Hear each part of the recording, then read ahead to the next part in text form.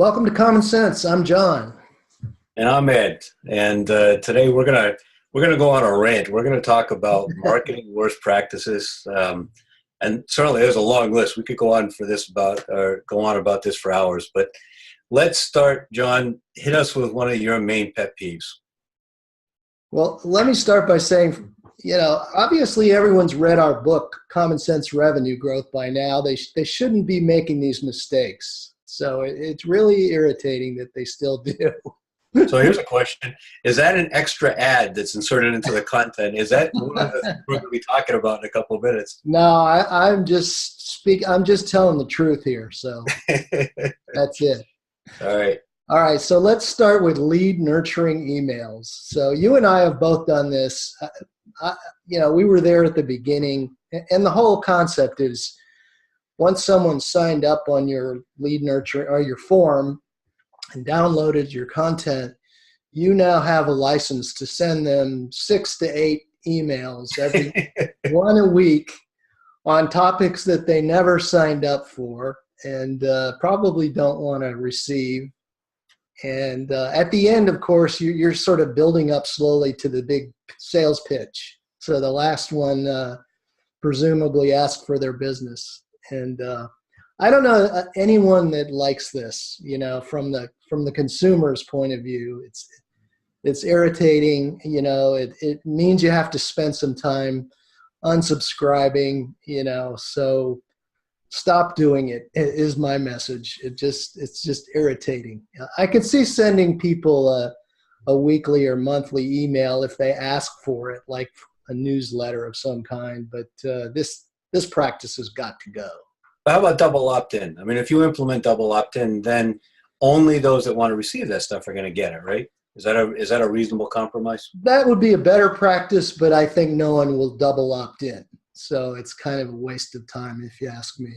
Right. What I have seen interesting in some cases, a very personalized nurturing email that comes from, sales manager, VP of sales of a company saying, hope you found value in it. I'd love some feedback on, how we can improve it. And in the industrial and technical space, I would say 10% of the time, people actually write back, say, this was really valuable. I'm sharing it with my team. Here's one thing that I think was missing. And it's led to some interesting dialogue. So, like everything, there's no just black and white. I'm sure we're going to come back to that throughout this. Speaking of forms and getting slammed onto an email list, that brings us to gated content. I'm certainly not alone in having a pet peeve about this. And I understand, I certainly understand why people, if they invest in creating content, they want to get leads from it. And you've got these two schools of thought. David Meerman Scott says, make everything wide open anywhere and eventually it will accrue value to you. And other people say, no, if it's a substantive piece of content, expect information. And then people adopt different rules in between. Well, let's make an easy gate with a conversational marketing bot, or let's only have a couple fields on the form. But I think there's no doubt that this single focused mindset that you create a PDF and put it behind a form and make people fill out the form, I mean, that's passe. Agree? I do. And I think the philosophy behind it is the problem. We're trying to collect leads that we can then send these lead nurturing emails to. Right. So it's not really open marketing. It's not like the hardware store guy who's there to answer your questions and help you find things. It's much more about pushing, sales. Do you still have hardware stores like that in Texas? Yeah, we do. I mean, Wow. Even Home Depot has learned from their mistakes, I think. Right. Why not do it that way? Why not have like you said, a chat bot or a live chat that's there to answer their questions if they have any? Just don't push them. If the content's good enough, they're going to come back and they're going to want more, so why not go with that? Right. Well, that, naturally kind of leads to the next sort of level of sophistication that we invented a few years ago, and that is personalized emails, and I'm putting that in quotes. So you see your name in the subject line, and you see your name, John, blah, blah, blah. We have this thing just for you. And I see that you're interested in baseball and blah, blah, blah, and it's only sort of mildly contextual. It's only sort of mildly personalized. And then they hit you with the same stuff that they hit everybody with. And it's just patently obvious. And I'd rather have just a salesy email than that, because at least that's honest. Yeah, and I guess at least if you get the "Hey John," comma in there, that's better than a shockingly high percentage that's "Hey extra space," comma. Yeah, the wrong ones. Yep, for sure. And you can always tell because you can put in the form the wrong name, and when you get that name, it was from either that person or that company, and right. Have a good laugh. Then unsubscribe them.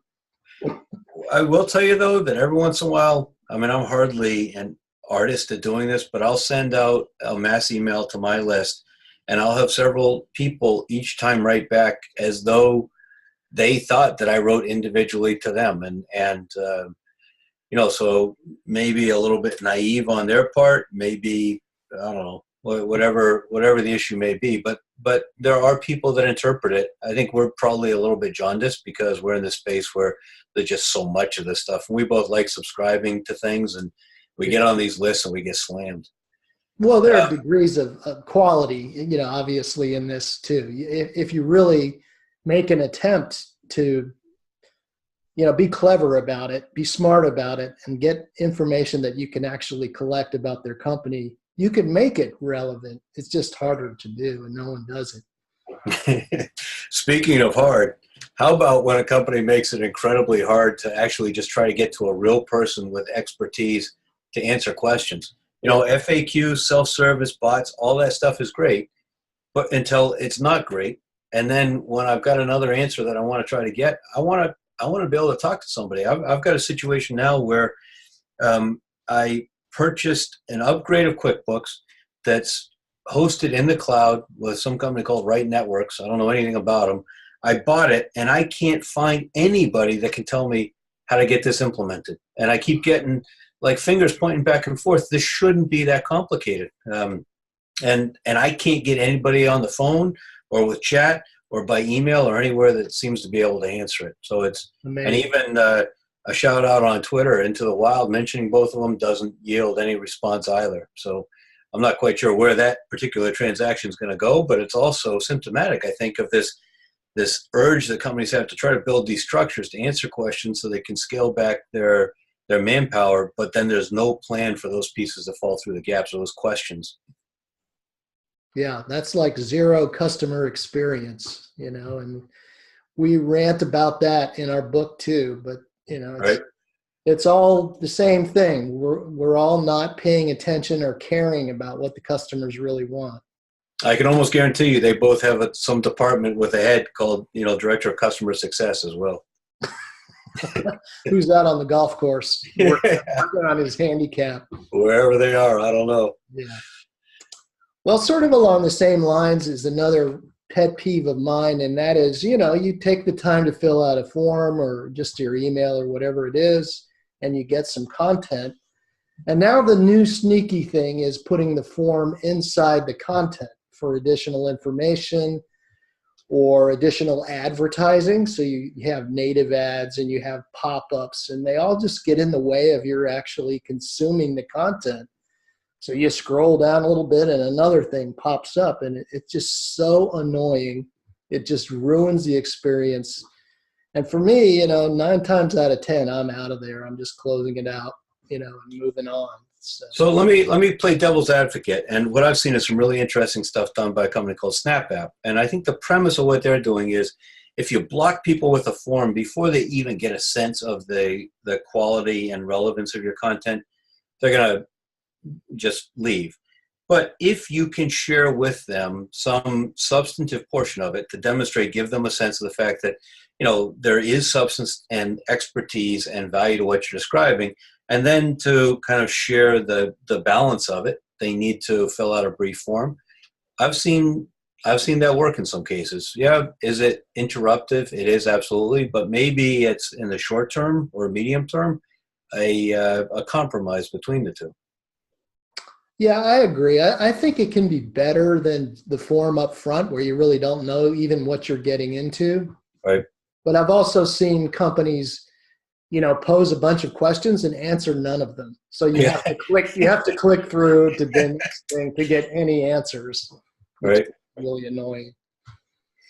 Speaking of annoying, how about the fact that you can almost consume no content anywhere anymore, even behind paywalls, without getting hammered by all kinds of additional ads? I Yeah. mean, this whole thing, I think, when people had to pay, if they had to pay a firm to really create very thoughtful creative and then pay to rent a billboard or print it in the newspaper or make the TV ad, I think maybe they thought about it more. Now it's so easy, so inexpensive to just blast ads out everywhere that seems to be the solution most people have. It bothers me that there is no escaping them in any way at all. Yeah, I totally agree. For years I've been ranting about TV, and we've all pretty much bailed out on TV because of the ads. But now you can TiVo that and stream that stuff, and you don't even need the ads anymore. So it's actually that TV is better than the internet now because Right. there's so much advertising, everywhere you go on the internet. That's a great perspective. As you say it, you're absolutely right. I hadn't thought of it that way, and I haven't heard anybody else say it that way, but you're right. Yeah, it's pretty scary. The only advantage. We're all guilty. Let's raise our hands.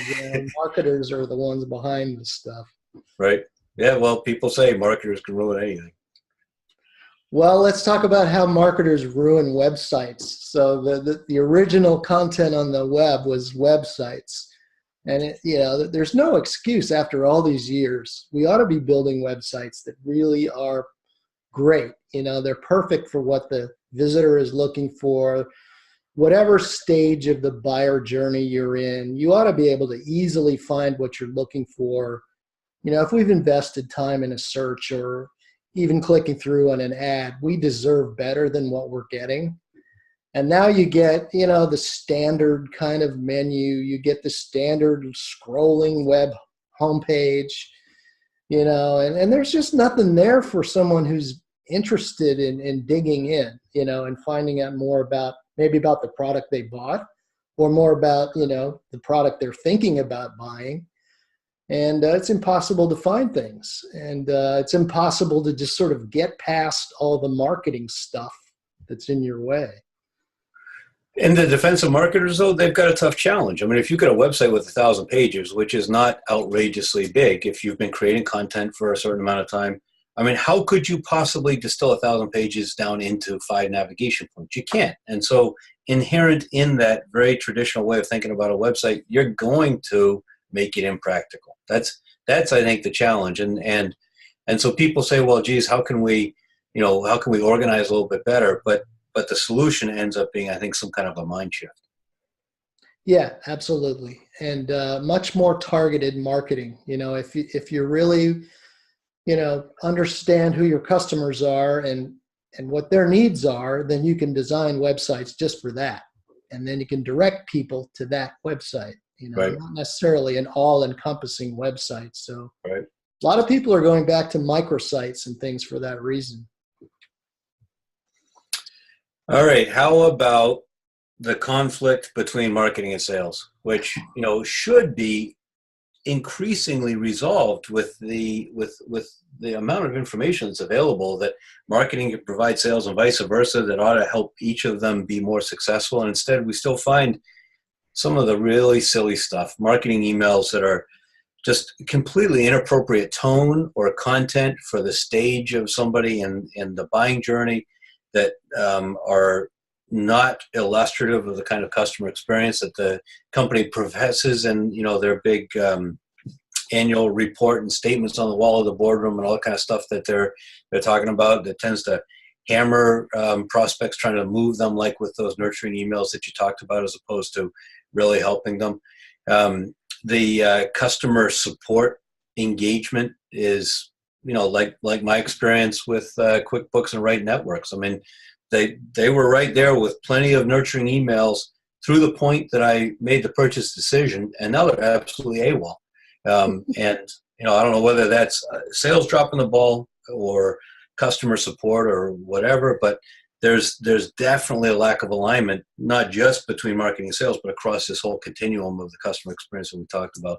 And too often, you've got different departments that are creating their own stuff, which, I understand from an agile perspective and get it done and create the content and keep it moving, but you end up with very different tone and voice and, lack of consistent brand standards across the organization. And that looks kind of silly, honestly. Yeah. I mean, how about something silly like, after you buy a product, you still get marketing for that same product, That's just ignorance. And Yep. it really makes the brand look bad and makes you want to unsubscribe, which Right. is the death. You're never going to be upsold or anything like that if you start cutting people out of your streams. So Right. a lot of good reasons to think about that. And another one is LinkedIn. For Oh man, some don't get reason, me started on that. I'm glad you're doing this because I go off on a tear. well, I love LinkedIn.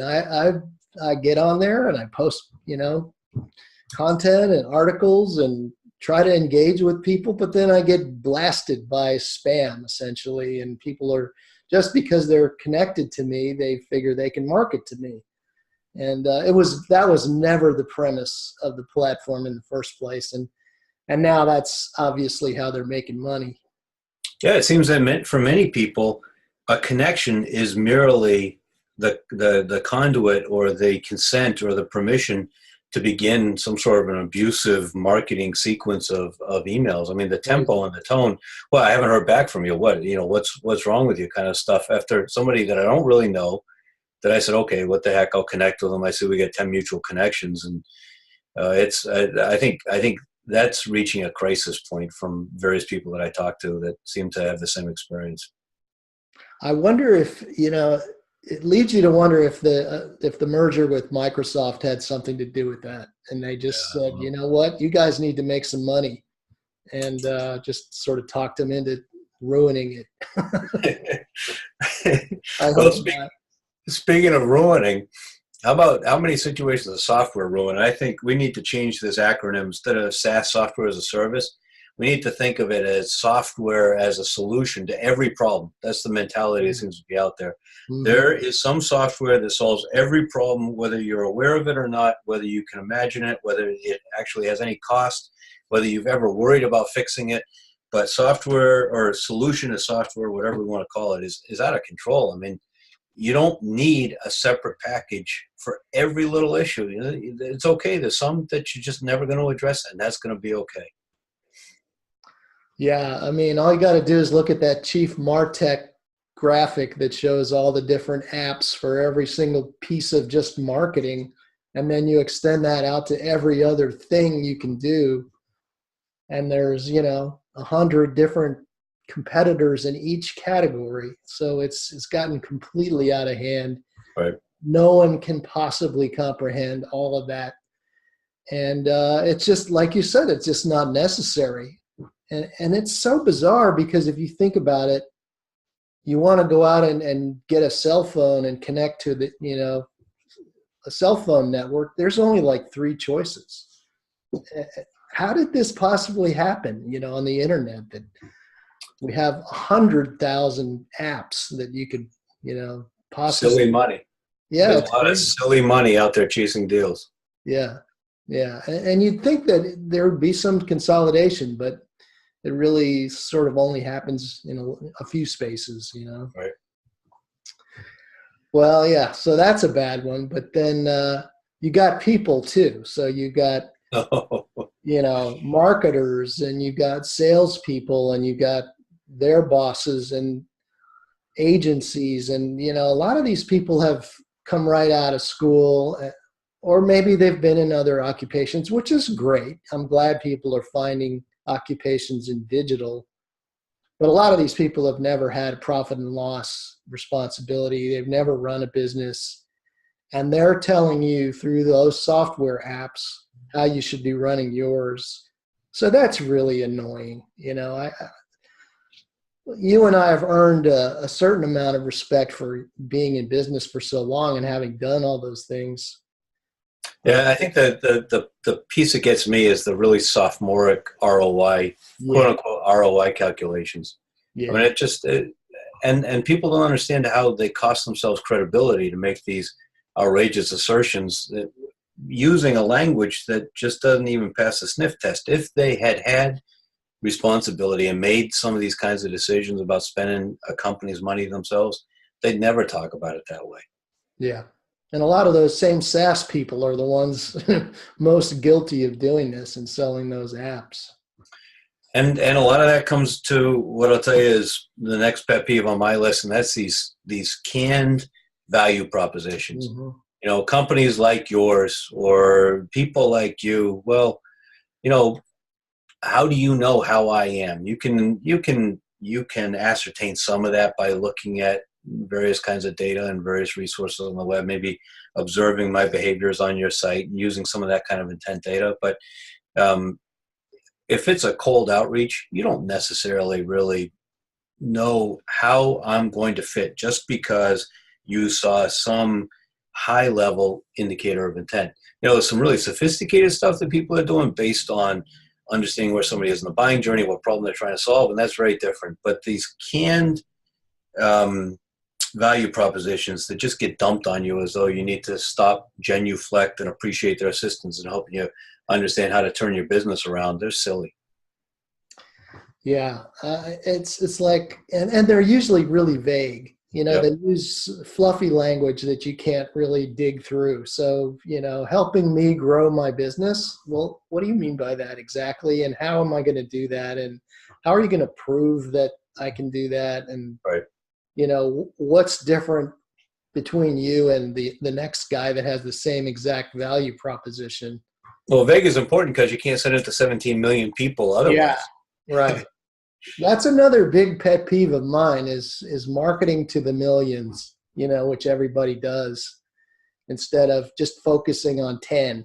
Right. Let's focus on 10 really good target accounts and close two of them. Right. What's wrong with that? Anyway, But that's hard work. it is hard work. And it goes to my next pet peeve, which is salespeople who they're not aligned. They're not sharing data across platforms with marketing and customer service. They're not paying attention to it, at least. They're not using the CRM. They're not using, sort of customized content to reach out to their prospects. They're basically just lazy, and they're not, learning about their prospects and their businesses enough to do a challenger sale or something like that. So I don't know what the deal is. Maybe people figure that they'll learn along the way, but in the meantime, you're losing business in a big way. When I was selling, I would have loved somebody to give me the information that now you can easily get by looking at what your marketing team has collected for you with the cookied activity. Absolutely. It's hugely valuable information in at least half the cases. Yeah, and the rest you can do on your own. Get on LinkedIn and look up somebody, Right. and find out what they're into, and look at some of their social channels and see what floats their boat. Right. And then send them a gift that's relevant to that. Sort of an ABM thing. And Right. nah, forget it. Too much. Well, speaking of cookies, the one that I believe in the end, all this talk about privacy and data and all that, I believe that people, when they realize the value they get from it, in other words, personalized content suggestions, personalized shopping suggestions, helping them save time by filtering out noise because somebody has ascertained what they like. I think people appreciate that, whether they're conscious of it or not. And when it's taken away, I think there's going to be some pushback, much like we saw in Europe with GDPR, when suddenly news sites from around the world were shut down because of that, etc. However, all that being said, I think the retargeting is going to be the lightning rod that will really drive the whole privacy thing, just because it's so in your face. You mentioned earlier continuing to get marketed to after you buy something. Well, this whole idea of B2C retargeting is outrageous. I mean, everybody has become the subject of comedy routines.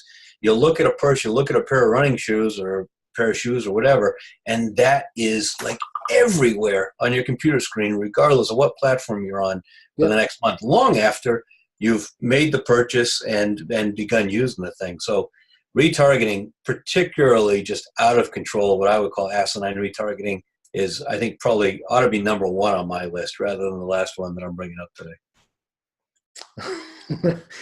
Well, I think we violated the 10 bullet point rule about 10 bullets ago. So I guess that's our rant for today. We could probably go on and on for hours, but thanks for joining us today on Common Sense. And I'll throw in my native ad here. Let's please enjoy the Common Sense Revenue Growth book. You can get that on Amazon.com. We have a lot more rants in there too, and really more of an explanation of what you can do about it. And no form. It's just one-click ordering, so that's easy. Yeah, no form. Yeah, that's it. And it's cheap. So there you go. There's our sales pitch. Well, and also the podcast and the information is available through the publishing site, etc. All right. Thanks for joining us today. I'm John. And I'm Ed. Together we're Common Sense, and appreciate your popping in to listen.